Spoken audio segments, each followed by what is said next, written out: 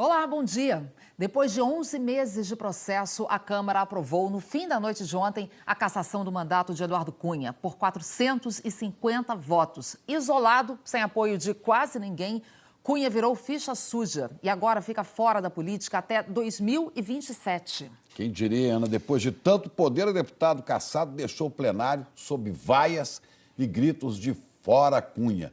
Ele responsabilizou o governo atual e também o PT pela queda dele.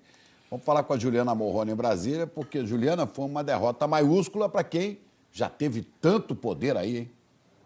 Bom dia. Chico, bom dia, Ana, bom dia a todos. Eduardo Cunha conseguiu apenas 10 votos, mesmo tendo feito ameaças e mandado recado quando disse que 160 deputados também receberam diferentes acusações. Foi uma forte vitória dos que defenderam um novo momento na Câmara, com mais ética. Eduardo Cunha foi acusado de ter mentido, de ter tentado enganar seus colegas deputados sobre as contas na Suíça.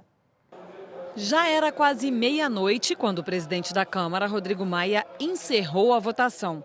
Plenário lotado. Eduardo Cunha acompanhou quase toda a sessão lá na frente, praticamente isolado. Teve o mandato cassado pela maioria esmagadora dos votos, 450. Minutos antes, o deputado Silvio Costa já tinha falado sobre a falta de apoio de Cunha. Eu só vi 5 deputados apertarem a mão do deputado Eduardo Cunha. E hoje, Vossa Excelência não terá 30 votos. E não teve mesmo. Apenas 10 deputados rejeitaram o pedido de cassação. 9 preferiram votar pela abstenção. Cunha ainda estava lá quando o primeiro secretário da Câmara leu a decisão que selou o destino do ex-presidente da Câmara. Declara a perda do mandato do deputado Eduardo Cunha por conduta incompatível com o decoro parlamentar. O relator do processo contra Cunha, Marcos Rogério, falou logo no começo da sessão. Disse que documentos e informações de bancos suíços mostraram que Cunha e a família eram donos de contas no exterior. Já o advogado de Cunha disse que não havia prova de que o ex-deputado tinha mesmo contas na Suíça e que, portanto, ele não teria mentido à CPI da Petrobras. Quando subiu à tribuna para se defender, Eduardo Cunha atacou deputados do PT. Diz que o processo contra ele era uma vingança por ter levado adiante o impeachment da ex-presidente Dilma. E reconheceu que a maioria dos colegas chegou ao plenário com a decisão tomada. Estamos debaixo da vingança, do troféu que querem obter. Alguns sequer vão prestar atenção no que a gente está falando, vai esperar a hora de votar para ir embora, vai chegar lá e poder dizer no seu estado, votei para caçar Eduardo Cunha.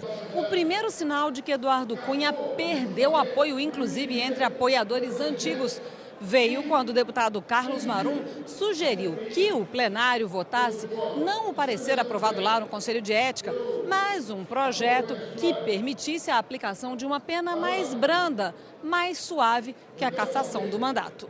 Não merece o deputado ser cassado por isso. Errou!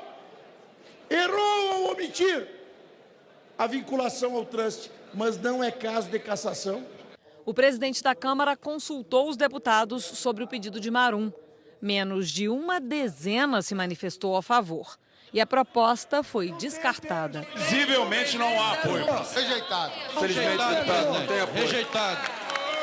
Toda vez que um deputado ia à tribuna para acusar Cunha e pedir a cassação do mandato, ele fazia questão de mostrar indiferença. Ficava de costas, mas não pôde deixar de ouvir algumas vezes os protestos. Em frente ao Congresso, vigília de manifestantes pedindo o impeachment de Cunha, que precisou deixar o plenário cercado por seguranças, enquanto deputados comemoravam.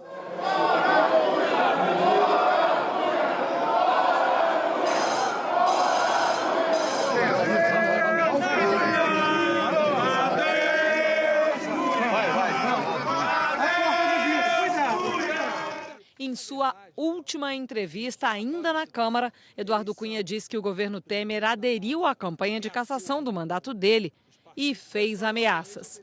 Afirmou que vai revelar todas as conversas que teve sobre o processo de impeachment da ex-presidente Dilma e atacou adversários. Eu cometi muitos erros. Eu sou um ser humano.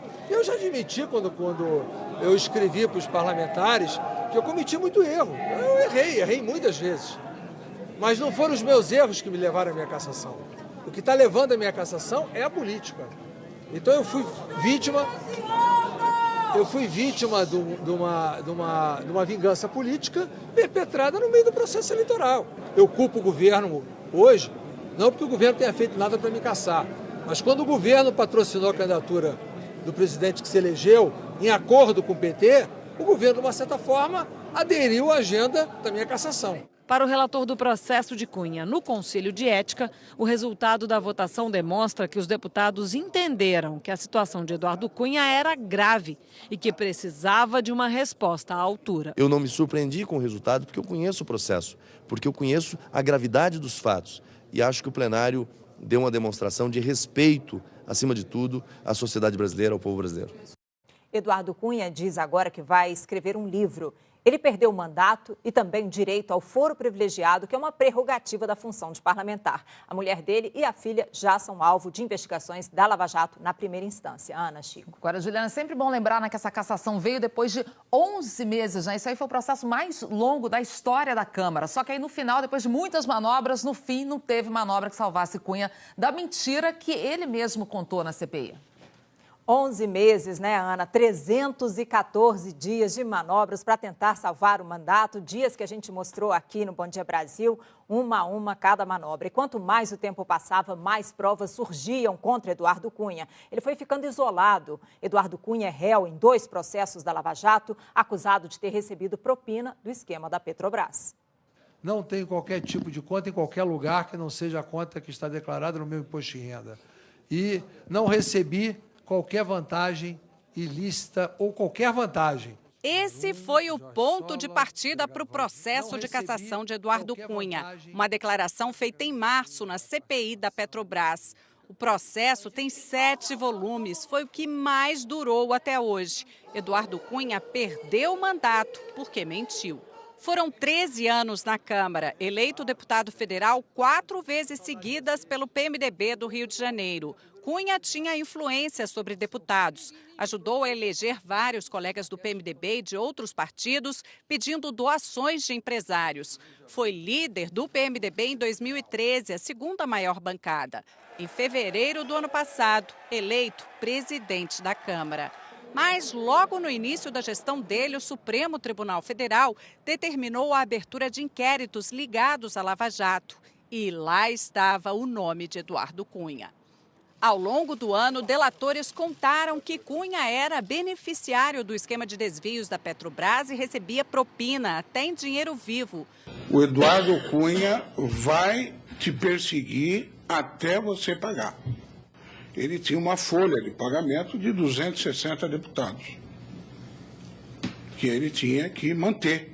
Surgiram também comprovantes mostrados pela TV Globo de que o então deputado tinha aberto contas na Suíça. Eram cópias de documentos e até a assinatura do então deputado. Ainda assim, ele continuou negando.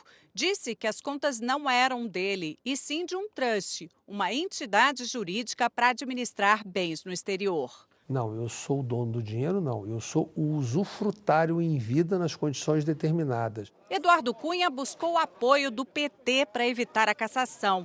Sem sucesso, cortou relações com a então presidente Dilma. Me considero com rompimento pessoal com o governo. E foi aí justamente que ele decidiu aceitar o pedido de impeachment contra ela. E nisso o processo no Conselho de Ética seguia, com idas e vindas. Foram 11 meses desde a apresentação da denúncia pelo PSOL e pela Rede. 5 trocas de integrantes articuladas por ele. Diversos recursos, inclusive no Supremo, para suspender tudo. Teve também troca de relator por pressão de aliados de Cunha. O primeiro, Fausto Pinato, deixou a relatoria dizendo ter sofrido ameaças e chegou a pedir proteção policial. E a coisa foi se complicando. No fim do ano passado, teve busca e apreensão na residência oficial da Câmara. O Procurador-Geral da República acusou Eduardo Cunha de esconder dinheiro no exterior e pediu no Supremo o afastamento dele. No dia 5 de maio, o Supremo proibiu Cunha de pisar na Câmara, porque estaria atrapalhando o andamento do processo no Conselho de Ética e as investigações da Lava Jato. Ele articulou uma rede de obstrução contra as instâncias de apuração dos pretensos desvios de condutas que lhes são imputados. No Conselho de Ética, em junho, a cassação foi aprovada por 11 votos a 9 e com a ajuda de antigos aliados. Eu não posso. Quero votar sim com o relatório do deputado Marcos Rogério. Só faltava o plenário para pôr fim à novela. Mas Júlio chegou e ele, que negava a renúncia, renunciou à presidência da Câmara.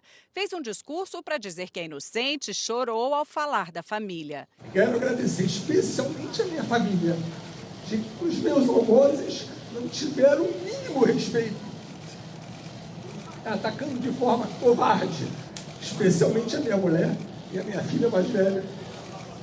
Uso a minha família de forma cruel e desumana, visando me atingir. E fez questão de descer a rampa, sair pela porta principal. Ali de casa, do apartamento funcional para onde se mudou, Eduardo Cunha continuou buscando apoio. Chegou a mandar cartas para os deputados antes do julgamento. Desde sexta, ele e aliados entraram com 3 pedidos no Supremo para suspender a sessão. Todos negados. Ontem, às 8h31 da noite, ele saiu de casa para a última tentativa de salvar o mandato. Não conseguiu.